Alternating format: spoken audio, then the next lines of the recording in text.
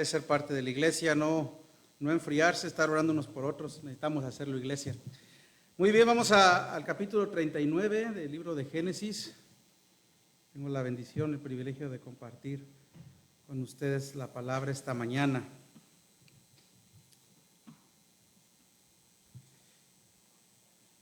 El mensaje de esta mañana lleva por nombre Dios está con nosotros. Diga conmigo, Dios está con nosotros. Dios está con nosotros, hermano.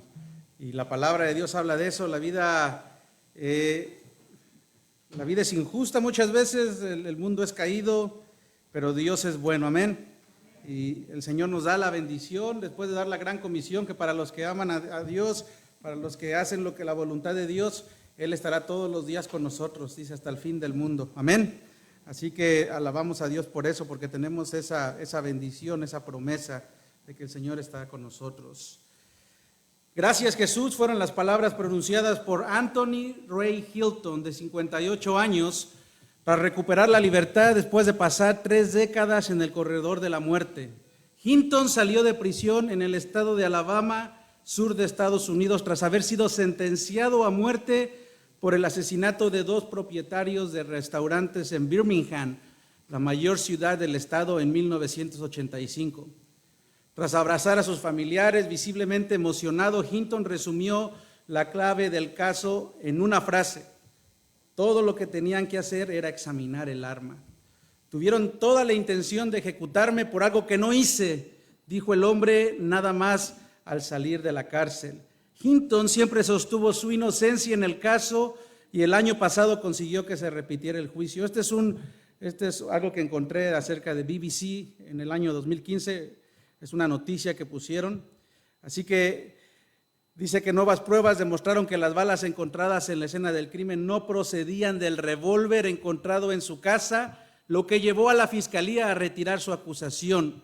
El abogado de Hinton, Brian Stevenson, dijo que el caso era un ejemplo de manual de la injusticia en el sistema penal de Estados Unidos y que su cliente fue condenado por no poder pagarse un buen abogado.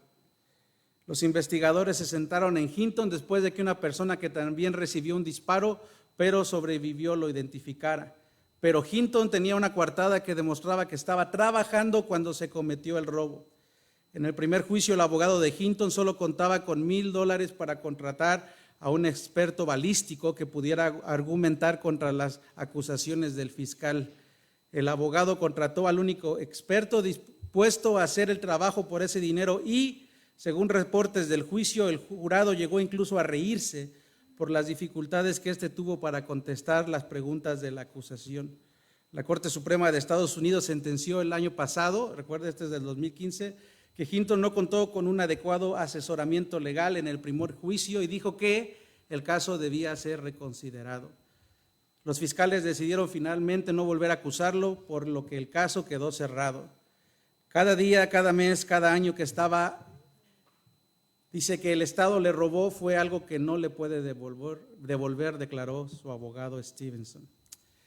Hay mucha gente, hermanos, que está pagando por injusticias, por falsedades. ¿Y por qué le traigo esta historia? Porque el capítulo 39 nosotros vamos a encontrar algo similar. Un hombre justo, y si el hombre puede ser justo no es porque sea bueno, un hombre que era justo porque creía en Dios, un hombre que tenía temor de Dios, fue acusado, fue encarcelado injustamente, y entonces la pregunta que viene es ¿y por qué? ¿Por qué entonces pasamos cosas malas aun cuando no tenemos la culpa? Y quiero ser honesto con usted. Muchas veces usted y yo, aun como creyentes, pasamos situaciones y pruebas por muchas razones. Una razón puede ser nuestras malas decisiones, tomamos malas decisiones y entonces viene la prueba. Otra situación es lo que le acabo de decir, el caso de este hombre. Estaba en el lugar equivocado, alguien lo acusó injustamente, levantó falsas acusaciones y entonces no hubo justicia. Y la otra, hermano, y usted también, esa es bíblica, es que Dios trabaja con sus hijos. Dios al que ama lo disciplina, dice la Biblia. Así que le voy a animar a que, lejos de estarse preguntando cada vez que pase por una prueba ¿por qué?, que usted sepa que Dios está con usted. Y le anticipo que para ser fieles al texto, cuando usted lee el capítulo 39, usted va a ver una historia que le voy a contar, que le voy a explicar, pero usted debe de entender, y se lo digo desde el principio, cuál es el punto principal, que Dios estaba con José. Y como Dios estaba con José, así como Dios estaba con José, Dios está con nosotros. Cualquier otro punto o idea principal es fuera de contexto. Dios está con nosotros. Y empieza la palabra de Dios, y le leo de la palabra de Dios, y por favor le pido, no lo vamos a poner en la pantalla, que lo lea conmigo. Y por reverencia a la palabra vamos a ponernos de pie y entonces leo. Capítulo 39, Génesis 39 dice: cuando José fue llevado a Egipto, los ismaelitas que lo habían trasladado allá lo vendieron a Potifar, un egipcio que era funcionario del faraón y capitán de su guardia. Ahora bien, el Señor estaba con José y las cosas le salían muy bien. Mientras José vivía en la casa de su patrón egipcio, este se dio cuenta de que el Señor estaba con José y lo hacía prosperar en todo. José se ganó la confianza de Potifar y este lo nombró mayordomo de toda su casa y le confió la administración de todos sus bienes. Por causa de José, el Señor bendijo la casa del egipcio Potifar a partir del momento en que puso a José a cargo de su casa y de todos sus bienes. La bendición del Señor se extendió sobre todo lo que tenía el egipcio, tanto en la casa como en el campo. Por esto, Potifar dejó todo a cargo de José y tan solo se preocupaba por lo que tenía que comer. José tenía muy buen físico y era muy atractivo. Después de algún tiempo, la esposa de su patrón empezó a echarle el ojo y le propuso: acuéstate conmigo. Pero José no quiso saber nada, sino que le contestó: mire, señora, mi patrón ya no tiene que preocuparse de nada en la casa, porque todo me lo ha confiado a mí. En esta casa no hay nadie más importante que yo. Mi patrón no me ha negado nada, excepto meterme con usted, que es su esposa. ¿Cómo podría yo cometer tal maldad y pecar así contra Dios? Y por más que ella lo acosaba día tras día para que se acostara con ella y le hiciera compañía, José se mantuvo firme en su rechazo. Un día, en un momento en que todo el personal del servicio se encontraba ausente, José entró en la casa para cumplir con sus responsabilidades. Entonces, la mujer de Potifar lo agarró del manto y le rogó: acuéstate conmigo. Pero José, dejando el manto en manos de ella, salió corriendo de la casa. Al ver ella que él había dejado el manto en sus manos y había salido corriendo, llamó a los siervos de la casa y les dijo: miren, el hebreo que nos trajo mi esposo solo ha venido a burlarse de nosotros. Entró a la casa con la intención de acostarse conmigo, pero yo grité con todas mis fuerzas. En cuanto me oyó gritar, salió corriendo y dejó su manto a mi lado. La mujer guardó el manto de José hasta que su marido volvió a su casa. Entonces le contó la misma historia. El esclavo hebreo que nos trajiste quiso aprovecharse de mí, pero en cuanto grité con todas mis fuerzas, salió corriendo y dejó su manto a mi lado. Cuando el patrón de José escuchó de los labios de su mujer cómo le había tratado el esclavo, se enfureció y mandó que echaran a José a la cárcel donde estaban los presos del rey. Pero aún en la cárcel, el Señor estaba con él y no dejó de mostrarle su amor. Hizo que se ganara la confianza del guardia de la cárcel, el cual puso a José a cargo de todos los prisioneros y de todo lo que allí se hacía. Como el Señor estaba con José y hacía prosperar todo lo que él hacía, el guardia de la cárcel no se preocupaba de nada de lo que dejaba en sus manos. Padre, te alabamos, Dios, y te damos gracias por la bendición que tenemos en este lugar de abrir con libertad tu palabra, Señor. Gracias por esta porción de la palabra, porque es la que tú has escogido para hablar hoy a tu iglesia, Señor. Padre, ayuda a tu iglesia, ayuda a tus siervos, Señor, porque este es un momento especial, donde el mensaje del evangelio es predicado, Señor. Padre, ayúdanos a concentrarnos en ti. Y Padre, bendice a nuestros hermanos donde quiera que estén. Danos la paz, la tranquilidad que necesitamos, el enfoque. Y Espíritu Santo de Dios, eres tú quien hace la obra. Por eso te pido que ilumines esta mañana a tu iglesia, que traigas convicción de pecado al que todavía no te conoce, Señor. Y que me ayudes a mí, Señor, a predicar esto en paz y a poder dar un mensaje claro, Señor, el que tú me diste para tu pueblo, para que sea tu palabra trazada fielmente, Señor, y no sacada de contexto. Te lo pido en el nombre de Cristo Jesús, y tu iglesia dice amén. Pueden tomar asiento, iglesia. Dios está con nosotros. Capítulo 38, un capítulo muy, un poco decepcionante cuando vemos lo que hizo Judá. Y entonces ahora la palabra de Dios nos vuelve a traer a José el soñador. ¿Alguno de ustedes ha escuchado de José el soñador? Bueno, él es el personaje. Debo decirle que José el soñador no es el personaje principal es Dios. Y dice la palabra que cuando José fue llevado a Egipto, los ismaelitas que lo habían trasladado allí lo vendieron a Potifar. No, José, ya leímos, acabamos de leer de la palabra y vemos cómo este muchacho tenía 17 años, había sufrido todas estas injusticias. No vemos nada en él que nos indique, él estaba trabajando, estaba echándole ganas. Imagínense, él venía de todo un trauma, sus hermanos lo habían querido matar, lo golpearon, por envidia hicieron todo esto. No lo merecía, pero lo hicieron. Fue vendido. En ese tiempo ya había trata de blancas, usted puede ver. Fue llevado a Egipto. Y si José fue llevado a Egipto, entonces José era extranjero. No hablaba el idioma, no entendía la cultura. Él era un inmigrante llevado a la fuerza. Y dice que lo vendieron a Potifar, que era un funcionario del faraón y un capitán de su guardia. Interesante ver lo que Dios estaba haciendo en la vida de este joven. Lo estaba llevando entonces ahora, o estaba permitiendo que fuera a Egipto. Y recuerde ese nombre, Egipto, esa nación, porque Dios habría de usar a este muchacho. Amados, la prédica se llama Dios está con nosotros, porque eso es lo que podemos ver en la vida de José. Dios está con nosotros, Dios siempre está con nosotros y nos bendice. ¿Cómo lo sabemos? Versículo 2 en adelante dice, ahora bien el Señor estaba con José y las cosas le salían muy bien. ¿Qué hace la diferencia, hermanos? ¿Por qué las cosas le salían bien a José? ¿Quién es el que prospera? Es Dios. Amado, la diferencia en la vida del hombre pecador como usted y como yo, y yo le animo, y sobre todo a usted si es invitado y está conociendo de la palabra, que no piense que José es el bueno. Dice Romanos 3 que nadie hace lo bueno. Todos necesitamos de Dios, amén. Y cualquier cosa buena que pueda, yo le digo siempre, lo dije, me gusta decirlo desde el púlpito, cualquier cosa buena que usted pueda ver en mí es Dios. Lo malo, ese sí soy yo. Y así sucede con cada uno de nosotros, amén. No es José no era el bueno, Dios estaba con José. Y ese es el punto principal. Esa es la diferencia en la vida del hombre, Dios en nuestras vidas. ¿Y qué pasó ahí? Mientras José vivía ahí, Dios lo prosperó. Y la idea que muchas veces tenemos es que la prosperidad tiene que ver solamente con dinero, pero amado, eso no es cierto. La palabra de Dios dice, amado, quiero que seas prosperado como es prosperada, ¿qué? Tu alma. La prosperidad es la bendición de Dios.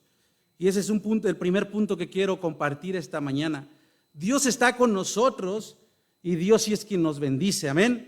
Es Dios quien nos bendice, amado. Toda buena dádiva, todo lo bueno que hay en nosotros es en Dios. Es Dios quien nos bendice. Y para el creyente, si usted ha creído en Jesucristo, esa bendición la tenemos en Cristo Jesús.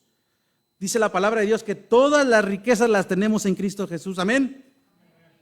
¿Y qué pasa cuando en la vida de un hombre, de una mujer regenerado quiere decir que nació de nuevo? ¿Qué pasa cuando esa prosperidad, esa bendición se ve? Es algo que se refleja, es algo que otros pueden ver. Amén. Y este es el caso. Este hombre Potifar, un hombre que tenía una posición cerca del faraón, podía ver, aún los inconversos, amado, pueden ver la bendición de Dios sobre sus hijos. José se ganó la confianza de Potifar y este lo nombró mayordomo de toda su casa y le confió la administración de todos sus bienes. ¿Por qué? Porque el Señor estaba con José. Versículo 3 dice, este se dio cuenta de que el Señor estaba con José y lo hacía prosperar en todo. Es la gracia de Dios, amado. El que nos da gracia es Dios. ¿Está usted experimentando esa gracia de Dios? Ahora, eso no quiere decir que no tenemos que esforzarnos. Yo le garantizo que José era un hombre esforzado, era un muchacho que trabajaba. Pregunta, ¿qué era José? ¿Qué estaba haciendo? ¿Cuál era su función? ¿Él era el dueño de la casa? ¿Él era un qué? José era un esclavo.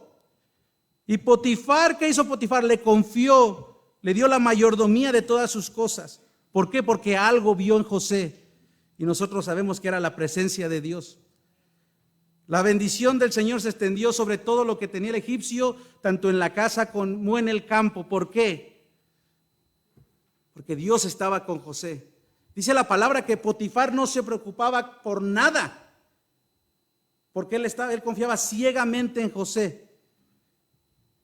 Dice el versículo 6 que José tenía muy buen físico y era muy atractivo. ¿Quién era la madre de José? ¿Quién recuerda? ¿Y cómo era su madre? Era una mujer hermosa.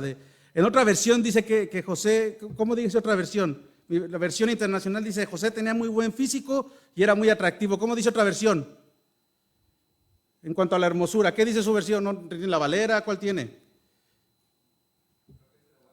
De buen parecer. O sea que José era ¿qué? José era guapo.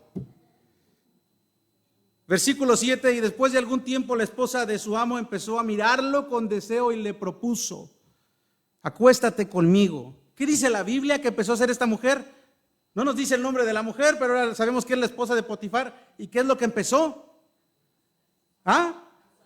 Empezó a mirarlo. ¿Por qué, amado? Porque en los ojos, las tentaciones y muchas cosas vienen, ¿por dónde entran? Por los ojos. Tóquese los ojos. ¿Dónde están sus ojos? Y ya que anda ahí, si tiene sueño, se sacude, no quiero que se duerma. Dice Mateo 18, y si tu ojo te hace pecar, sácatelo y arrójalo. ¿Es literal? ¿Qué está diciendo ahí el Señor? Más te vale entrar tuerto en la vida. ¿Se acuerda del tuerto? ¿Alguien vio esa de Pepe el Toro? Que con 2 ojos ser arrojado al fuego del infierno. ¿Por qué nos está diciendo esto el Señor? Que tengamos cuidado con qué. O sea que todos vamos a andar tuertos en el cielo, ¿o qué? ¿Qué es lo que está diciendo el Señor? Que tengamos cuidado con lo que qué. Con lo que vemos. Dice primera de Juan 2:16, si alguno ama al mundo, el amor del Padre no está en él, porque todo lo que hay en el mundo, la concupiscencia de la sangre y la concupiscencia de los ojos y la soberbia de la vida no proviene del Dios sino del mundo. Se la voy a leer de la traducción del lenguaje actual que está más parafraseada. Dice, las cosas que ofrece la gente del mundo no vienen de Dios, sino de los pecadores de este mundo. Y estas son las cosas que el mundo nos ofrece. Los malos deseos, la ambición de tener todo lo que ¿qué? Lo que vemos, y el orgullo de poseer muchas riquezas. ¿Se da cuenta cómo la palabra de Dios, si habla de lo que vemos? Tenemos que, amado, pedirle a Dios que santifique nuestra vida. Jesús hablaba más adelante de que si un hombre ve a una mujer y al verla está teniendo otros pensamientos, está adulterando en su corazón. Dice, pero José no quiso saber nada, sino que contestó. Mire, señora, o sea, José actúa con integridad y aparte hasta le da una razón a esta mujer. Mi amo ya no tiene de qué preocuparse de nada en la casa porque todo me lo ha confiado en mí. Nadie es más importante que yo. Mi patrón no me ha negado nada excepto a usted que es su esposa. La palabra de Dios habla de la mujer adúltera. Y si va conmigo al libro de Proverbios, hermano.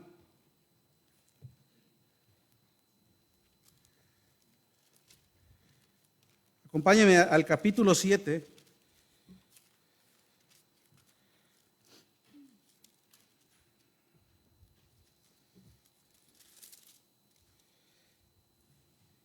Y el proverbio dice así, hijo mío, pon en práctica mis palabras. Escucha, varón, escucha, mujer, y atesora mis mandamientos. Cumple mis mandamientos y dirás, cuida mis enseñanzas como a la niña de tus ojos. Llévalos atados a los dedos, anótalos en la tablilla de tu corazón. Di a la sabiduría, tú eres mi hermana, y a la inteligencia eres de mi sangre. Ellas te librarán, ¿de qué? De la mujer ajena, de la adúltera y de sus palabras seductoras. Dice, desde la ventana de mi casa miré a través de la celosía y me puse a ver a los inexpertos. ¿A quiénes? A los inexpertos y entre los jóvenes observé a uno de ellos falto de juicio. Cruzó la calle, llegó a la esquina y se encaminó hacia la casa de esa mujer. Caía la tarde, llegaba el día a su fin y avanzaban las sombras de la noche. De pronto la mujer salió a su encuentro, con toda la apariencia de una prostituta y con solapadas intenciones. Unas veces por las calles, otras veces por las plazas, pero siempre estaba al acecho en cada esquina. Y se prendió de su cuello y lo besó y con todo descaro le dijo: tengo en mi casa sacrificios de comunión, pues hoy he cumplido mis votos. Por eso he venido a tu encuentro, te buscaba y ya te he encontrado. Sobre la cama he tendido multicolores linos egipcios. Ven, vayamos hasta el fondo de la copa del amor. Mi esposo no está en casa, pues emprendió un largo viaje y se ha llevado consigo la bolsa del dinero y no regresará hasta el día de mañana. Amado, el adulterio es un pecado. Todos los pecados son malos, amén. Pero el adulterio, amado, es un pecado que trae muchos estragos. No voy a hablar del adulterio, ese no es el tema de esto, pero vemos lo que pasó. Proverbios 5 dice: hijo mío, pon atención a mi sabiduría y presta atención a mi buen juicio. Dice: de los labios de la adúltera fluye miel, su lengua es más suave que el aceite, pero al fin resulta más amarga que la hiel y más cortante que una espada de dos filos. Sus pies descienden hasta la muerte, sus pasos van derecho al sepulcro. No toma ella en cuenta el camino de la vida, sus sendas son torcidas y ella no lo reconoce. Pues bien, hijo mío, préstame atención y no te apartes de mis palabras. Aléjate de la adúltera, no te acerques a la puerta de su casa para que no entregues tu vigor a otros. El adulterio, hermanos, hace muchos estragos, muchos estragos. Y usted puede decir: pastor, ¿y ese pecado no se perdona? Yo le puedo decir que todos los pecados los perdona Dios, menos el de la incredulidad. El problema con el adulterio es todo lo que causa en el matrimonio, en los hijos, en las personas. Amado, Dios puede perdonar todo, pero debe de tener mucho cuidado. Este mensaje nos debe de ayudar a pensar y a ser sabios. Y este mensaje es para todos, es para mí. Nadie, el que cree que está fuerte, amado, mire que no caiga. Debemos de tener mucho cuidado. José actuó de una manera correcta. José le dio hasta esta mujer, le explicó por qué no era correcto. ¿Y qué pasó? Fíjese lo que pasó. Y por más que ella lo acosaba día tras día para que se acostara con ella y lo hiciera compañía, José se mantuvo firme en su rechazo. ¿Cuál es la palabra clave ahí? Firme, firme. Y un día en que todo el personal del servicio se encontraba ausente, José entró en la casa por cumplir sus responsabilidades. ¿Qué estaba haciendo José y por qué estaba ahí? Porque estaba cumpliendo sus responsabilidades. Y entonces la mujer de Potifar lo agarró del manto y le rogó: acuéstate conmigo. José cumplía con sus labores. Yo creo que lo más correcto hubiera sido que no hubiera estado ahí, pero él estaba cumpliendo con sus labores. Y esta mujer dice que, ¿cómo dice la palabra? ¿Que qué? ¿Cuándo? Día tras día, día tras día. Tenemos que ser sabios, hermanos, y le voy a decir una cosa. Aún si usted no tuviera ninguna intención, debemos de tener cuidado con quién estamos y dónde estamos. Porque el enemigo, amado, ese anda como león rugiente. No se confíe ni de usted mismo. Debemos de tener mucho cuidado, hermanos, de la manera en que nos manejamos con las personas del otro sexo. La Biblia es bien clara y dice cómo nos debemos de tratar como hermanos, cómo debemos de tratar a la hermana, cómo nos debemos de ver. ¿Y qué fue lo que pasó? José huyó. Amado, en medio de toda esta historia lo importante es que Dios está con nosotros aun cuando somos calumniados. ¿Qué hizo José? Versículo 12, pero José, dejando el manto en manos de ella, salió corriendo de la casa. ¿Cómo salió? Corriendo. ¿Cuál es la enseñanza? ¿Cuál es la enseñanza, iglesia? Y mañana se van a poner sus tenis. ¿A dónde vas? Es que el pastor dijo que fuera a correr. No estoy diciendo eso. ¿Cuál es la enseñanza, hermanos? ¿Cuál es la enseñanza? Huir, correr. Húyele al pecado, húyele a la tentación. Amén. No, híjole, nada más 3. Húyele al pecado, húyele a la tentación. Amén. ¿Y qué pasó? Entonces esta mujer, enojada, empieza a hablar y dice, al ver a ella que José había dejado su manto en sus manos y salió corriendo, llamó a los siervos y les dijo, miren, imagínense esa escena. Imagínense esa mujer, el hebreo ya no estaba guapo, ya no era el hombre que le gustaba, ya era el hebreo, que nos trajo mi esposo, solo ha venido a burlarse de nosotros. Entró a la casa con la intención de acostarse conmigo. ¿Cómo se llama cuando tú levantas un falso en contra de alguien? Falso testimonio, calumnias, acusaciones falsas. Y eso fue lo que sucedió. Esta mujer levantó esas calumnias, pero ¿sabe una cosa? Dios estaba con José. Dios estaba con José y Dios está con nosotros. Amado, cuando Jesucristo mismo, nuestro Señor, fue calumniado, le levantaban falsos, él le buscaban los fariseos y los religiosos siempre qué falso podían levantarle. Y con José y también con sus siervos. Y si usted no lo ha pasado, es triste, amado, pero seremos calumniados. Lo único que yo le pido a Dios es que nunca sea en el contexto de la iglesia, porque eso todavía es más triste. Dios está con nosotros, amados, aun cuando somos calumniados. Dios estaba con José y Dios está con nosotros. ¿Qué sucedió? Historia corta, llega Potifar, la mujer le echa la culpa otra vez a José, Potifar se enfurece y lo mete a la cárcel. Y ahí en la cárcel dice la palabra de Dios que el Señor estaba con él y no dejaba de mostrarle su amor. Hizo que se ganara la confianza de la guardia de la cárcel, el cual puso a José a cargo de todos los prisioneros y de todo lo que allí se hacía. Y como el Señor estaba con José y hacía prosperar todo lo que él hacía, el guardia de la cárcel no se preocupaba de nada de lo que dejaba en sus manos. ¿Qué pasó con José? ¿Por qué estaba en la cárcel? Por una injusticia. ¿José merecía estar en la cárcel? ¿José merecía haber sido vendido? ¿José merecía haber sido recibido los falsos testimonios? A ver, ¿cómo me dijiste? ¿Haber sido calumniado? José lo merecía. ¿Y por qué lo estaba pasando entonces? ¿Dónde está Dios en todo esto? ¿Alguien ve a Dios en esta historia? En todo el capítulo vemos a Dios. ¿Dónde estaba Dios? Dios estaba con José, amado.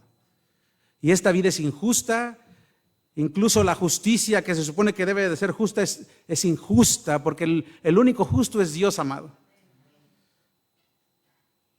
¿Cuál es la enseñanza entonces para nosotros? ¿Cuál es la enseñanza, amado? Que en este mundo tendremos tribulaciones y situaciones, pero amado, Dios está con nosotros. No importa el suceso, no importa lo que esté sucediendo en nuestras vidas, aunque haya injusticia, Dios está con nosotros. ¿Qué acerca de la tentación entonces?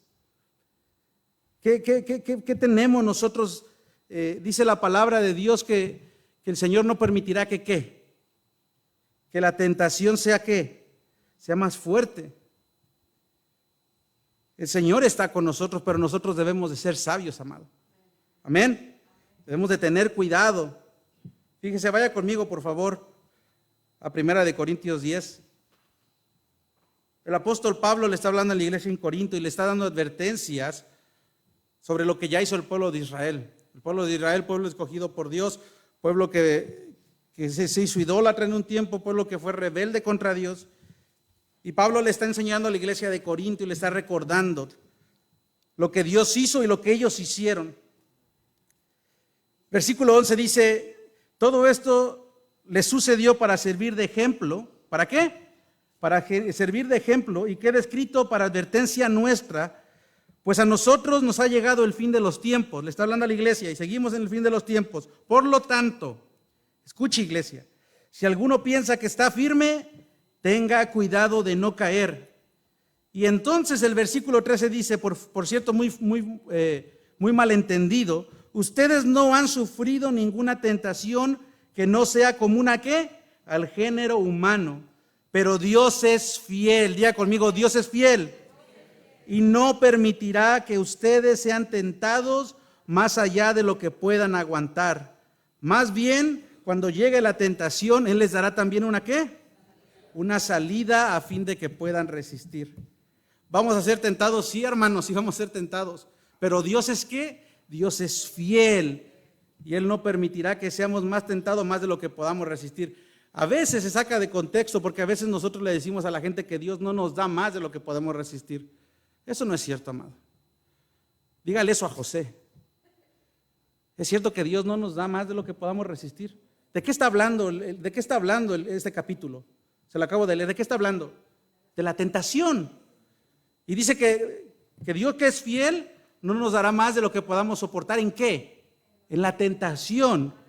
Dios está diciendo que que no vamos a pasar pruebas. Amado, perdóneme.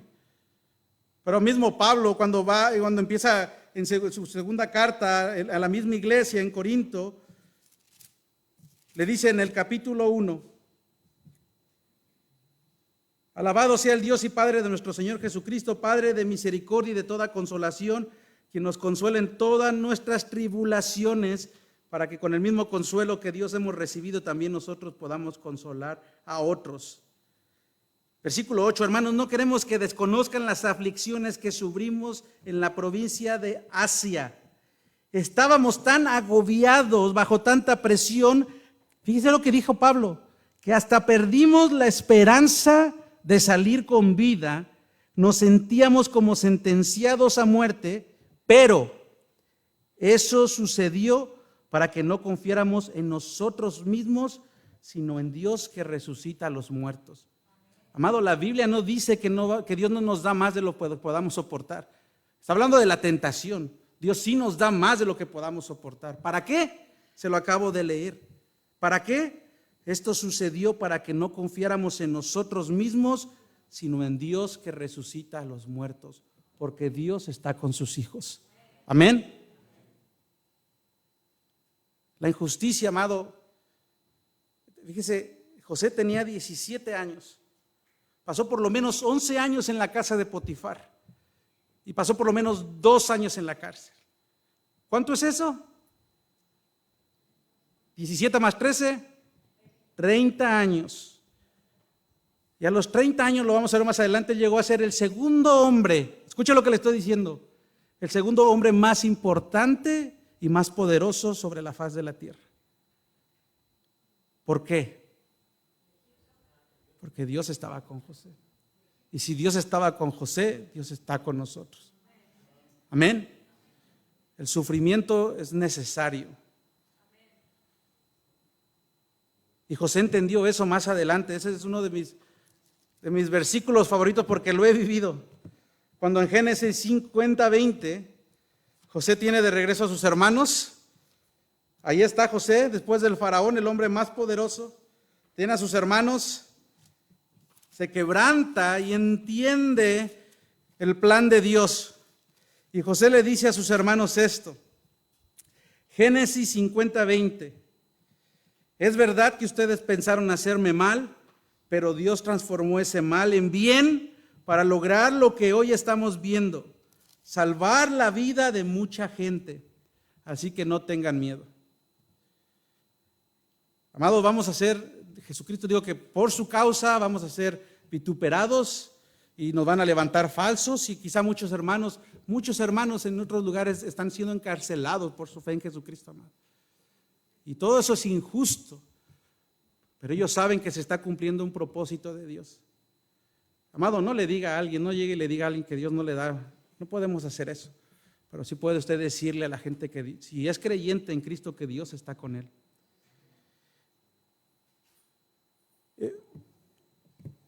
Yo, como muchos de ustedes, vine a este país de una forma incorrecta. No hablo de ustedes, hablo de muchos latinos, de mucha gente, de mucho inmigrante. Y me tocó vivir algo similar en una prisión. Y sí, yo tenía que corregir mi situación. Lo triste es por qué llegué a ese lugar. Y recuerdo en ese lugar estaba con un hombre brasileño y con un hombre del Salvador. Yo ya había orado por todas las personas que estaban ahí. Y el muchacho me preguntó, ¿y si tú eres un hombre de Dios, por qué te está pasando esto? Y yo me acordé de esta historia de José. Y le conté la historia.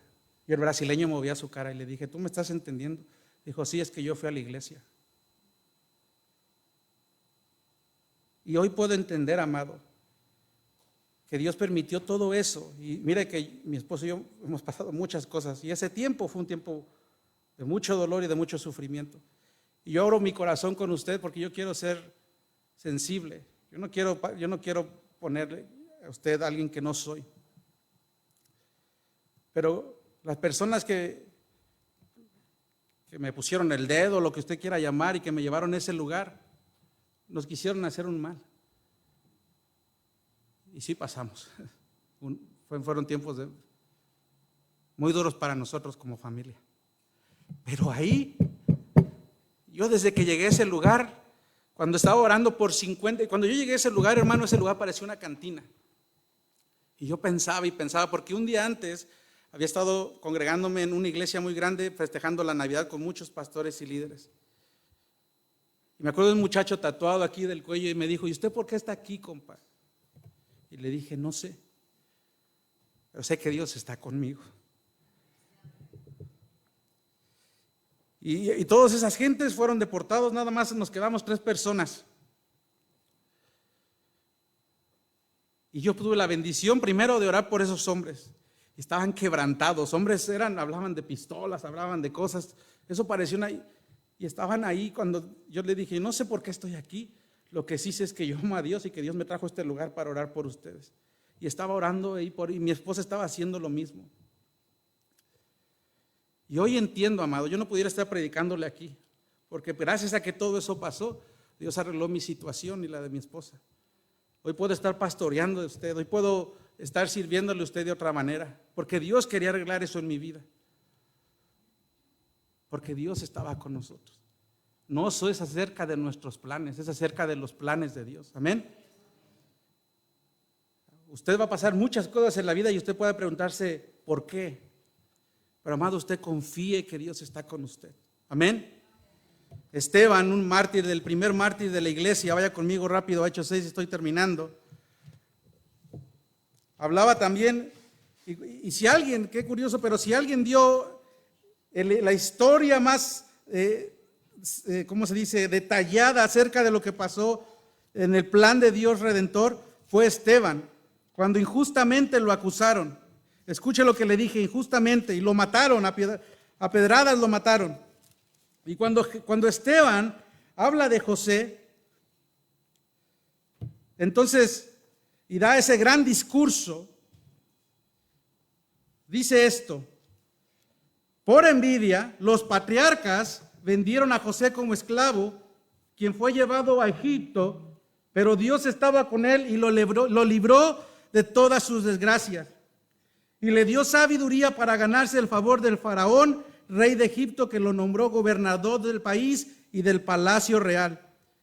Hubo entonces un hambre que azotó a todo Egipto y Canaán, causando mucho sufrimiento, y nuestros antepasados no encontraban alimento. Y al enterarse Jacob de que había comida en Egipto, mandó allá a nuestros antepasados en una primera visita, y en la segunda José se dio a conocer al faraón, a sus hermanos, y el faraón supo del origen de José. Pregunta: ¿por qué pasó José todo esto? Porque el plan de Dios era más grande y Dios estaba con él. Y amado, yo quiero que salgas de este lugar sabiendo eso, que Dios todo lo que permite, y por eso mi versículo favorito lo puso Ana, es Romanos 8:28, que para los que aman a Dios todas las cosas ayudan para bien, todas las cosas obran para bien. Y yo no sé qué estés pasando, pero como usted ha notado, hoy estamos tristes, tenemos a 2 hermanos en el hospital. También estamos contentos por lo que Dios está haciendo con nuestros jóvenes, pero así es la vida, amado. Y pase lo que pase, tú debes de conocer a Dios y debes saber que Dios está contigo. Amén. Si estás en Cristo Jesús, porque si no estás en Cristo Jesús, lo que tú tienes que saber es que Jesús murió por ti en una cruz para darte perdón de pecados y vida eterna. Y esa es mi oración, que tú llegues a creer. Hay un libro, se llama Vencedores, no estoy haciendo publicidad, pero es un libro que en un tiempo de restauración fue de mucha bendición. Lo escribió el pastor David Jeremiah, y en la página, y todo estoy dando porque esto yo no lo escribí, lo escribió él. Y en la página 54 dice, la historia de José, habla de la historia de José, dice, esta no es solamente una historia de la Biblia. Lo mismo le sucedió a Anthony Ray Hinton, el hombre con el que empecé a contarle esta historia, quien pasó 30 años en el corredor de la muerte de una prisión de Alabama por unos asesinatos que él no había cometido. Falsamente acusado, falsamente encarcelado y rechazado una y otra vez por los tribunales de apelación. Anthony Hinton mantuvo viva su fe en el Dios que él creía, que conocía la verdad, para ser exonerado y puesto en libertad en el 2015. Él relata su historia en el libro The Sun Does Shine, How I Found Life in Freedom on Death Row. Pregunta Pastor David Jeremiah, ¿cómo se vive bajo el peso de una mentira cuando uno conoce la verdad? Esta es la forma en que Anthony Hinton sobrevivió. Cuando todos los tribunales estaban diciendo que no, yo creía que Dios seguía diciendo que sí. De alguna manera tuve que hallar esa fe y llegar hasta lo más profundo de mi alma para creer en la enseñanza que me había dado mi madre cuando aún era solo un muchacho, que Dios solo puede hacer todo menos fallar. Él se siente en lo alto y mira hacia abajo. Esa es la forma verdadera en que yo pude sobrevivir a estos 30 años de puro infierno.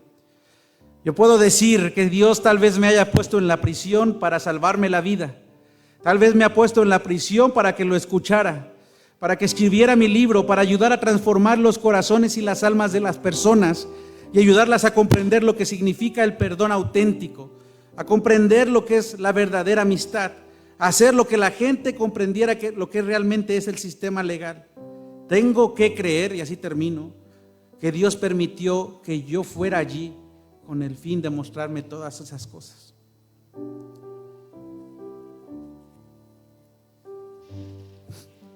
Amado, ya te hablé de José, ya te hablé de Esteban, ya te hablé de este hombre que fue acusado falsamente, pero te quiero hablar de otro hombre, un hombre judío, o debo de decir mejor, te quiero hablar de Dios, que se hizo hombre, que vino y que nació de una virgen, y al hacerse hombre se asemejaba contigo y conmigo, pecador. Él se hizo hombre, pero sin pecado. El único hombre sin pecado que ha pisado la tierra, que vino a hacer la voluntad del Padre. Él fue acusado, él fue violentado, él no fue encarcelado, pero él fue llevado y crucificado en una cruz. ¿Para qué? Para que todo aquel que crea en él no se pierda, mas tenga vida eterna. Amado, no es acerca de José, no es acerca de nadie más, es acerca de Jesús y su plan. Y si tú no has entregado tu vida a Cristo, si tú sigues estando en enemistad con Dios, hoy es el día de salvación. Yo no sé si Dios te está hablando. Yo le digo a la iglesia que debe de ser sensible. Nuestro hermano Salvador ayer estaba festejando el cumpleaños de la hermana Lupita y yo estaba en el hospital a punto de ser operado. Mi niña estaba recibiendo en un campamento y de repente estábamos en emergencias porque se le entumió el brazo por un piquete. La vida cambia así. Y la bendición que tenemos los creyentes es la bendición de la vida eterna. Para nosotros ya no hay de perder. Para nosotros es ganar, ganar. Porque Cristo está con nosotros. Porque Dios está con nosotros. Pero yo esta mañana no quiero que te vayas sin ser confrontado por el Espíritu de Dios. Amado, si tú no has entregado tu vida a Cristo, si tú no has dicho, Señor Jesucristo, perdóname, si tú no te has puesto en paz con Dios, y si Dios te habló hoy Hoy es el día de salvación. Ponte a cuentas con Dios. Ahí donde estás, pídele perdón a Dios. Y dile: Señor, yo he vivido una vida, yo sí he sido injusto, pero necesito tu justicia. Yo creo en ti, Señor Jesús. Yo creo que tú moriste por mí en esa cruz para darme perdón de pecados y vida eterna. Tú no tienes que hacer nada, tú tienes que creer. Y si tú crees es porque el Espíritu Santo te está dando esa convicción. Así que no te vayas de aquí sin entregarle tu vida a Dios. Padre, gracias, Señor, por este mensaje. Gracias por saber que si algo se repitió es lo que tú querías que en tu palabra quedara. Que tú estás con nosotros, Señor. Que tú estás con aquellos que han respondido a tu llamado y a tu gracia en Cristo Jesús. Padre, gracias, Señor. Gracias, Padre, porque hoy todo tiene más sentido. Porque podemos ver que la dificultad y la injusticia, aunque muchas veces viene a nuestra vida, tiene un propósito. Porque, Padre, para los que te aman, todo obra para bien. Señor, Espíritu Santo, haz tu obra esta mañana y no permitas que si alguien todavía, Señor, no se ha puesto a cuentas contigo, salga de este lugar sin hacerlo. Eres tú, Señor, no somos nosotros. Nosotros hemos predicado, pero tú haces la obra. Bendice a nuestros hermanos, Señor. Sentimos ese pesar, ¿no? Los dejamos en tus manos, Señor. Pedimos que la operación y que todo salga bien, Señor. Porque tú eres bueno y en ti podemos confiar. En el nombre de Cristo Jesús oramos. Tu iglesia dice: amén.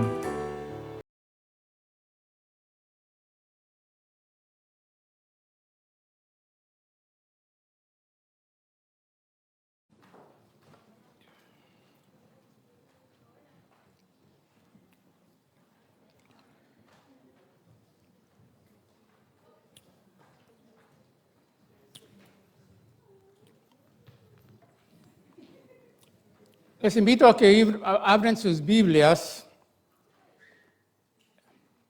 al capítulo 38 de Génesis. Les voy a recordar de este balde aquí rojo, Operation Christmas Child. No se olviden, ahorita hay muchos especiales en Back to School Supplies, así es que en agosto estamos recogiendo Back to School Supplies, así es que pueden traerlos y depositarlos aquí en el balde rojo. Les quiero hacer un anuncio. El sermón de esta mañana se llama Esqueletos afuera del armario, pero les tengo que dar un warning. ¿Cómo se dice warning? One of those. El mensaje tiene grado de R. Hace algunas semanas prediqué uno, era PG. Esta vez es una R.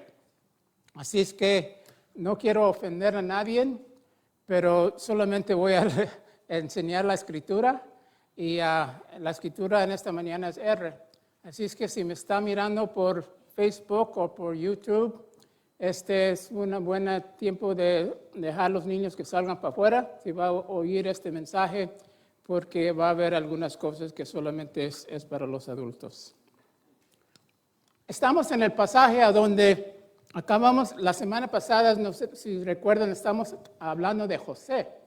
José y sus hermanos lo odiaban, sus hermanos lo vendieron a los egipcios y ahí lo dejamos vendido. Y dice la última escritura del capítulo 37 que ahí llegó a una casa de Potifar y ahí lo usaron como esclavo.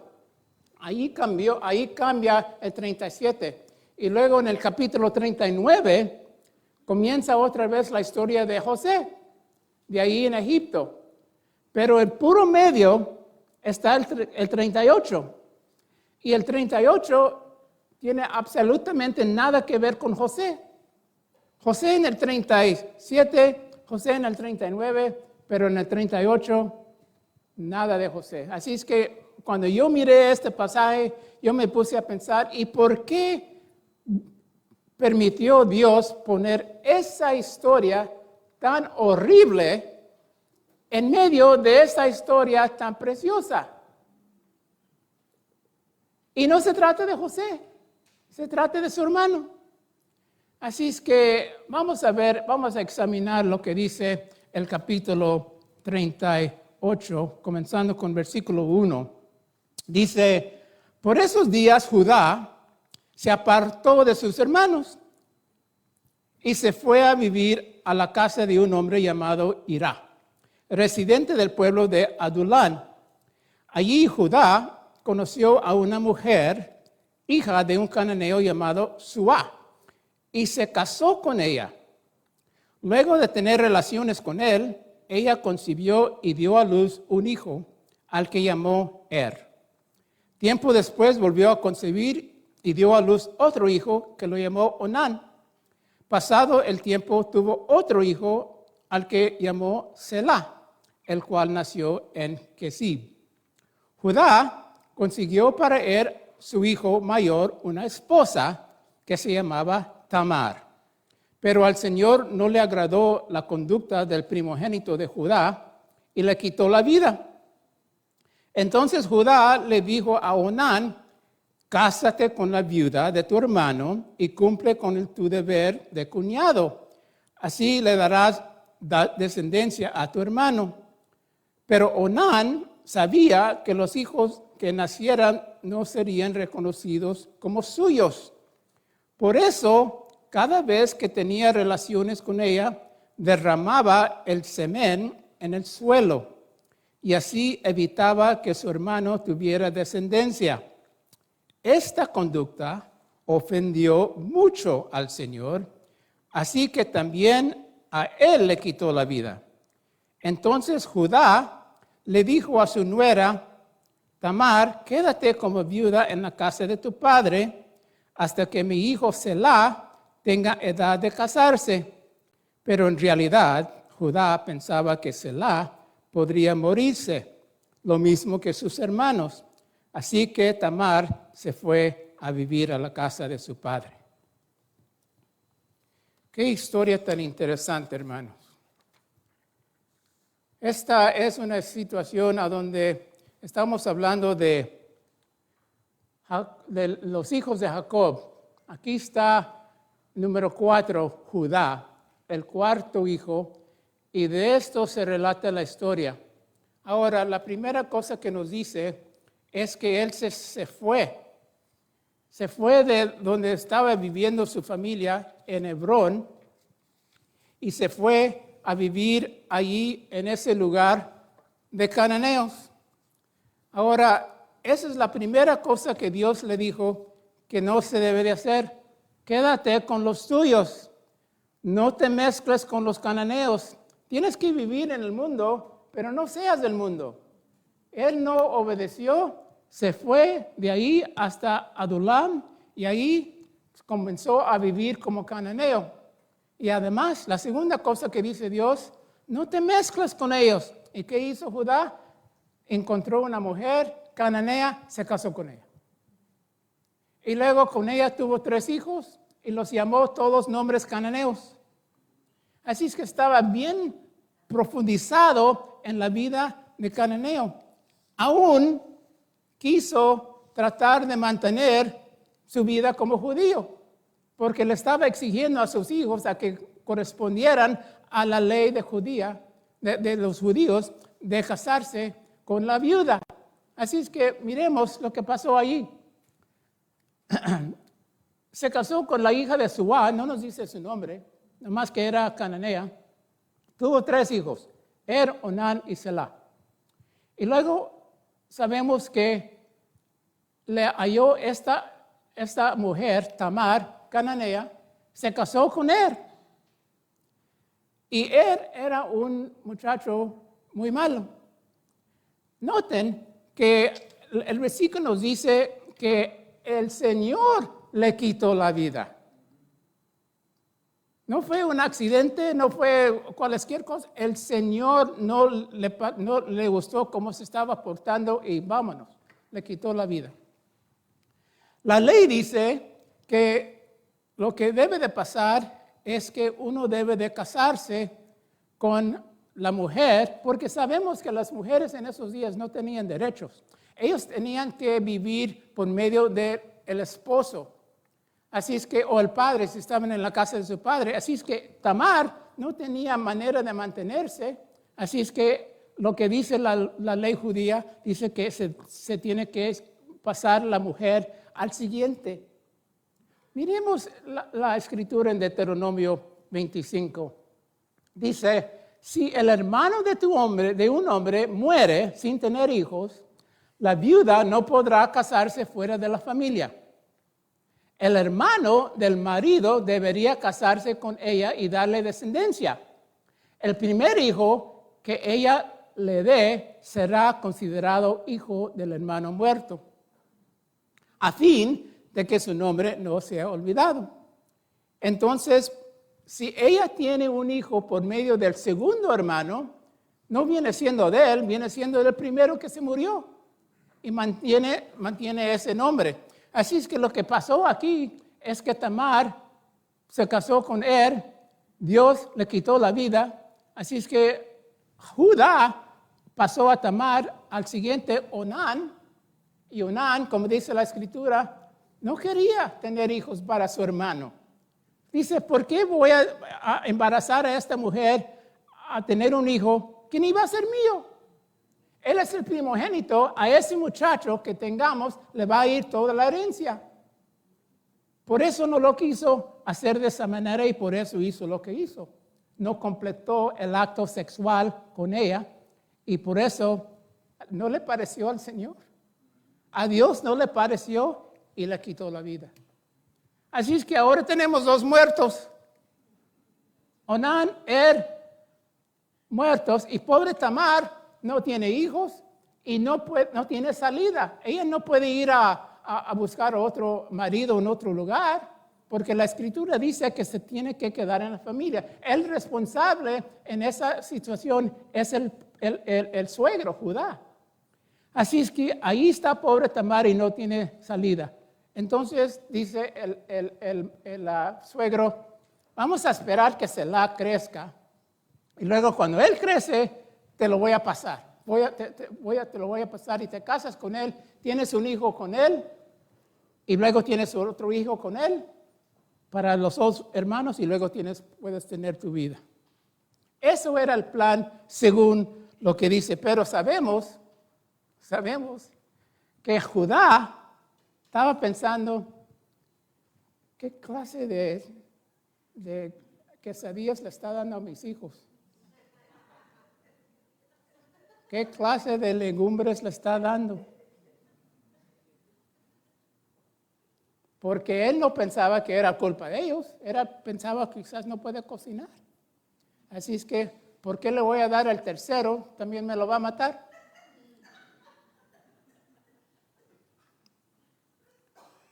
Pero sabemos que la escritura dice que no era el Señor. Vamos a seguir leyendo el versículo 12. Dice el versículo 12, después de mucho tiempo murió la esposa de Judá, la hija de Suá. Al concluir el tiempo de duelo, Judá fue al pueblo de Timnat para esquilar sus ovejas. Lo acompañó su amigo Hirá, el adulamita. Cuando Tamar se enteró que su suegro se dirigía hasta Timnat para esquilar sus ovejas, se quitó el vestido de viuda, se cubrió con un velo para que nadie lo reconociera y se sentó a la entrada del pueblo de Enayín, que está en el camino a Timnat. Esto lo hizo porque se dio cuenta de que Selá ya tenía edad de casarse y aún no se lo daban a ella por esposo. Cuando Judá la vio como el rostro cubierto, la tomó por una prostituta. No sabiendo que era su nuera, se acercó a la orilla del camino y le dijo, deja que me acueste contigo. ¿Qué me das si te digo que sí? Le preguntó ella. Te mandaré uno de los cabritos de mi rebaño, respondió Judá. Está bien, respondió ella, pero déjeme algo en garantía hasta que me lo mandes. ¿Qué prenda quieres que te deje? Preguntó Judá. Dame tu sello y su cordón y el bastón que llevas en la mano, respondió Tamar. Judá se los entregó, se acostó con ella y la dejó embarazada.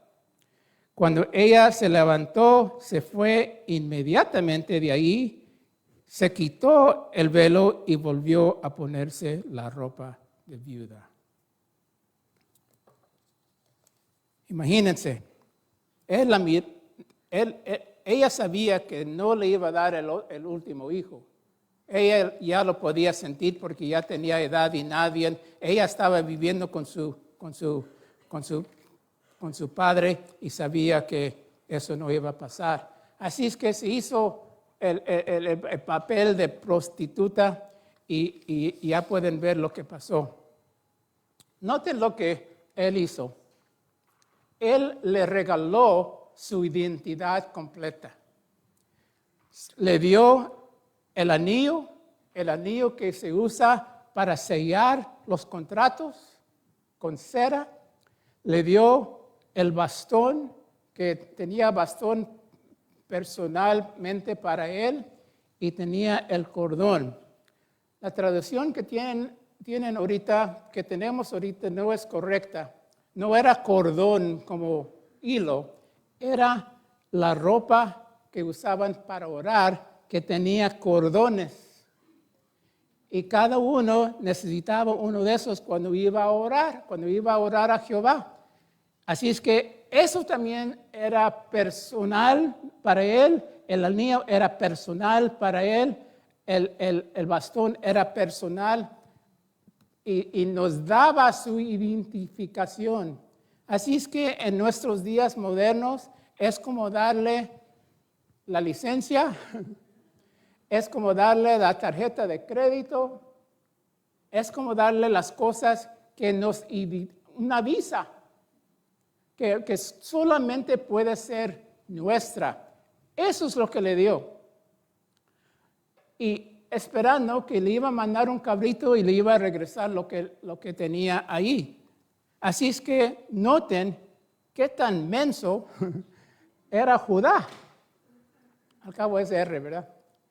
Tan menso era Judá por darle todo lo que su identidad completa, por poderse acostarse con ella.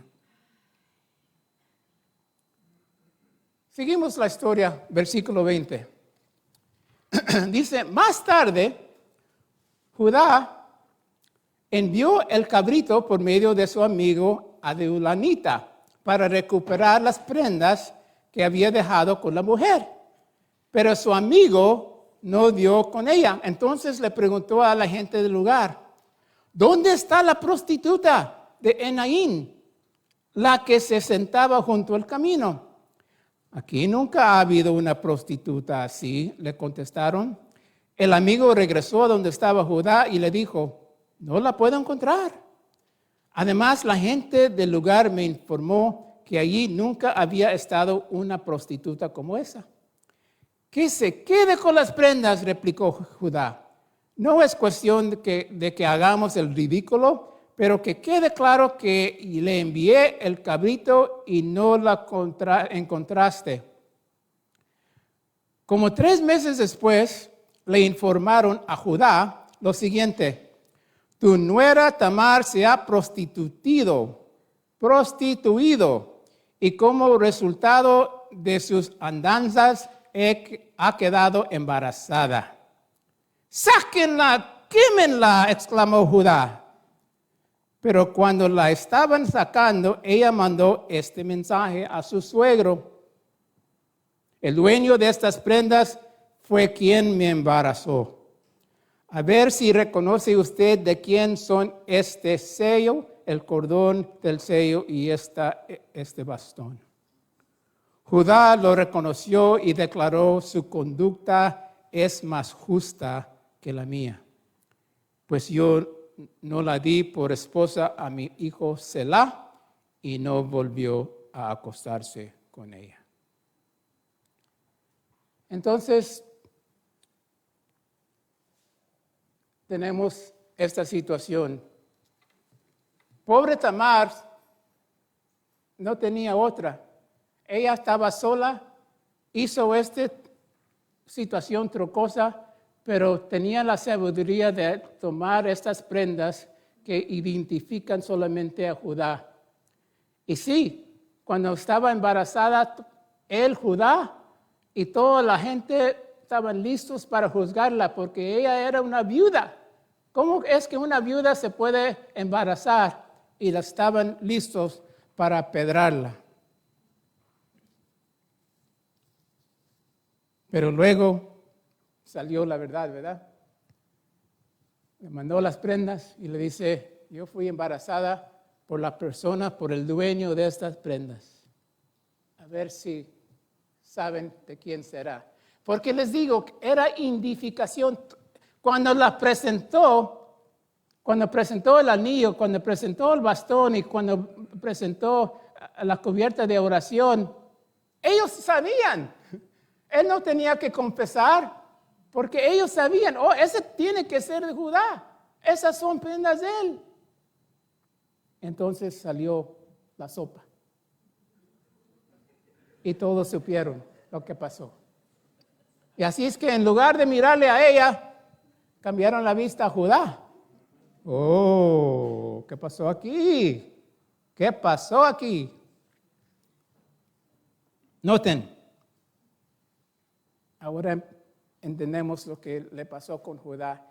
En este momento, lo voy a decir después otra vez, en este momento, Judá cambió. Esta fue la situación a donde él cambió su comportamiento y se hizo bien con Dios. Lo vemos después cuando vamos a ver a José, cuando vamos a ver lo que pasó en Egipto. Judá es el que hizo las cosas justamente. Seguimos la historia, versículo 27.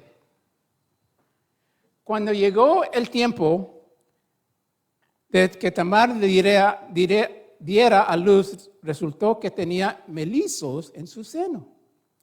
En el momento de nacer, uno de los mellizos sacó la mano. La partera le ató un hilo rojo en la mano y dijo, este salió primero. Pero en ese momento el niño metió la mano y salió primero el otro. Entonces la partera dijo, ¿cómo te abriste paso?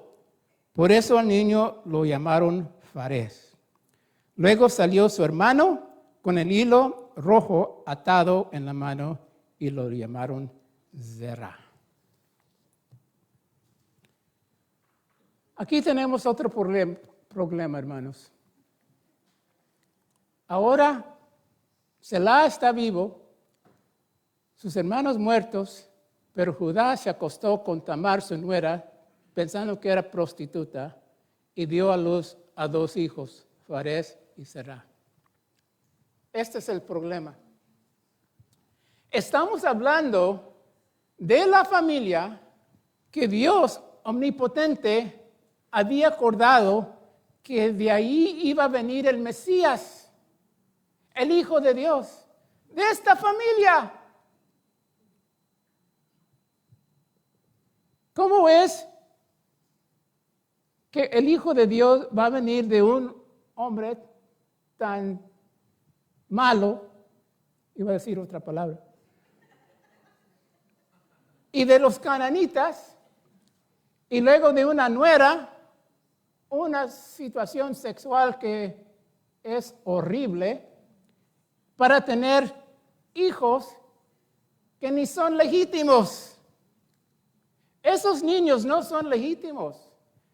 Ella no es su esposa, ella es su nuera. Ni tienen ninguna relación, no tienen ningún contrato, no tienen ningún arreglo. Ellos nomás nacieron por causa de una estupidez de Judá. Entonces, si él está muerto y Onán está muerto, el único que queda que es legítimo, que después de venir el Señor Jesucristo, es Selá. Pero ¿saben qué? Dios no escogió a Selá. Mire cómo amoroso es el Señor. Porque miren el problema que tenemos. No sé si entienden completamente lo que pasa aquí. La Escritura nos dice que esos dos niños son bastardos. 23:2 dice, tampoco formará parte de la asamblea del Señor el bastardo, ni ninguno de sus descendientes por 10 generaciones. Dios tiene un problema.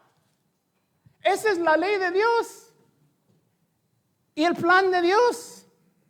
10 generaciones y ahora tiene bastardos. ¿Qué va a hacer Dios para completar su plan de traer al Mesías por el reinado de David para que el Señor Jesucristo venga? El pastor Martín cada vez nos recuerda, la Escritura explica la Escritura. En este caso, nos explica la Escritura en el libro de Ruth. Noten Ruth. Capítulo 4, versículo 18 al 22. Recuerden, son bastardos. Dice el versículo 18, este es el árbol genealógico de Buz, comenzando desde Fares. A ver, cuenten conmigo.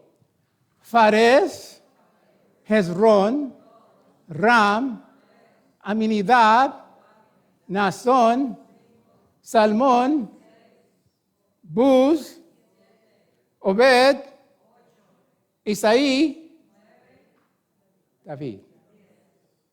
¿Qué dice la Escritura? 10 generaciones. Dios mismo se esperó 10 generaciones por causa de lo que habían hecho para traer al rey David. Y sabemos, de ese rey David vino nuestro Señor Jesucristo. Entonces, refrescando la historia una vez más. El fracaso de Judá, abandonó a su familia, se casó con una mujer cananea, vivió como cananeo, intentó seguir la ley judía aunque vivía en desobediencia, tuvo relaciones sexuales con quien pensó que era una prostituta, condenó a Tamar a pesar de su clara hipocresía y muestra poca compasión por su nuera y finalmente reconoció su propio pecado cuando dice, su conducta es más justa que la mía.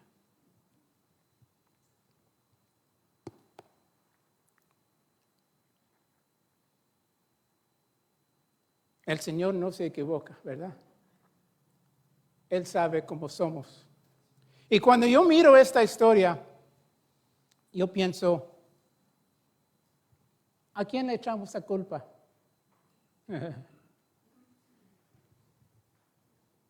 Muchos predicadores le echan la culpa a Tamar, ¿verdad? Por haber lo que hizo, por haber tratado de esconder quién era y hacerse el papel de prostituta y estar dispuesta de acostarse con su suegro. Y le echan pedradas a Tamar, pobre Tamar. ¿Ella cuál opciones tenía? Y luego miramos a Judá, todo lo que hizo Judá, qué desobediente fue Judá. No quiso hacer las cosas correctamente por su nuera, Tamar. Por no darle el último hijo, porque él también la estaba acusando a ella, que las lentejas se estaban quemando. ¿Quién sabe qué? Así es que ¿quién tiene la culpa? ¿Tamar o tiene la culpa Judá? La Escritura explica la Escritura, ¿verdad? Vamos a ver lo que dice el Señor. Mateo capítulo 1, versículo 1 al 3. Noten esto, nomás ocurre 4 veces en esta genealogía. Registro genealógico de Jesucristo, hijo de David y de Abraham. Y Abraham fue el padre de Isaac, Isaac padre de Jacob, Jacob padre de Judá y de sus hermanos, Judá padre de Fares y de Zerá, cuya madre fue Tamar. Les había dicho que en esos días la mujer no tenía lugar, pero aquí el Señor dice, oh sí, Ella sí tiene. Ella sí tiene porque aún fue cananita, ella trató de hacer las cosas correctamente. Ella trató de ser obediente. Aunque su suegro no era obediente, ella fue obediente. Así es que ella merece su lugar en este libro de genealogía explicando de dónde viene Jesucristo. Esta historia, hermanos, me dice, Judá es un hombre muy malo. Llegó al punto a donde lo tenían entrapado. Él tenía que confesar lo que había pasado y por esa razón él confesó y se arrepintió y cambió su manera de vivir. Y aún porque él hizo eso, porque Dios ya le había quitado la vida a sus 2 hijos. Era nada para quitarle la vida a Judá. Pero Dios tuvo compasión sobre él y le dijo, te vamos a dejar vivir y voy a incluir tu nombre con tus hijos y con tu nuera en la lista genealógica. Así es que lo que quiere decir, hermanos, para mí es que también yo tengo chance. Porque si Él puede perdonar a una persona como Él me puede perdonar a mí. Y si Él me perdona a mí, yo también tengo mi nombre apuntado en su lista, en su libro de la vida eterna. Mi esperanza es que usted también la pueda tener y que pueda saber que no hay nada en este mundo que usted puede hacer que no se puede perdonar. El Señor le perdona todos sus pecados. Puestos de pie.